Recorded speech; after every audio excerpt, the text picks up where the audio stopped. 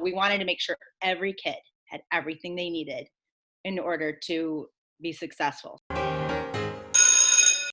Hello, Okay. my name is Jeanie Wilson. I'm a teacher at A2 STEAM at Northside in Ann Arbor, Michigan.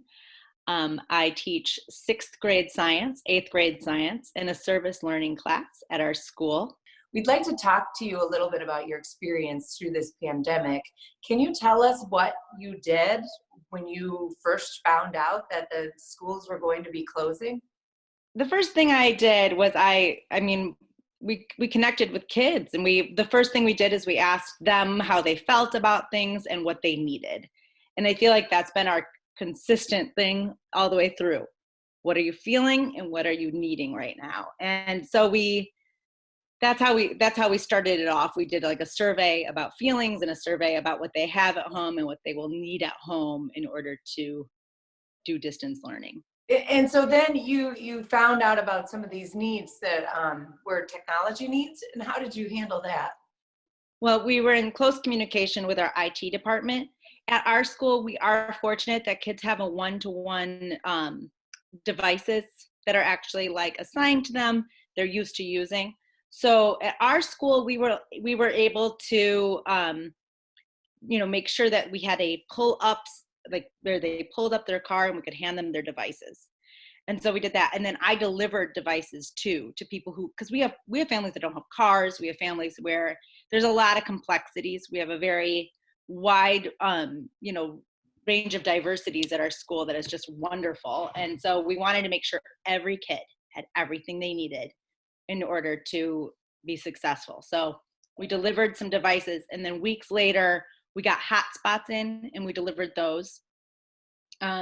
We also went and delivered food, not just the lunch food, but there are some families where, groceries, we just brought groceries. So it's all about like that hierarchy of needs, right? First, you have to make sure every kid has their basic needs met that you know of. There's always things we don't know, but I do know I have some close relationships with some families, and we were able to reach out and meet some needs.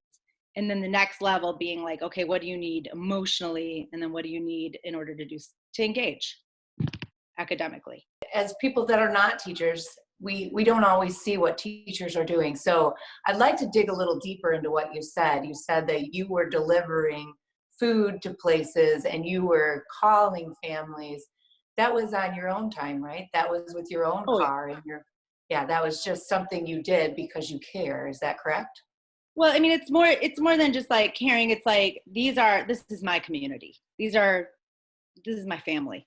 These are the people I love so much. And when you are serving a family, you're not just serving their science lessons.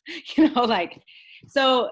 I will tell you, like, one of the things that has been really rewarding. I mean, I'm not saying these things to brag. This is what's making me do well. Is that I'll send an email to a mom I have a relationship with. I'll be like, how about a night off? I'm sending pizza. What do you want on your pizza?